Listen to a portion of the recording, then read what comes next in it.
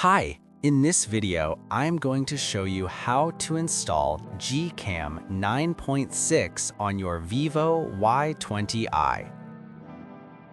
Step 1.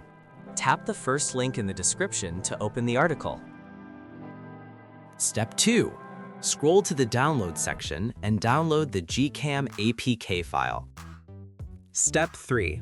Follow the How to Install guide for step-by-step instructions. A video guide is also available.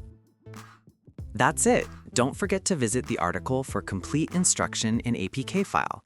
Lastly, here's some GCam versus stock camera app comparison.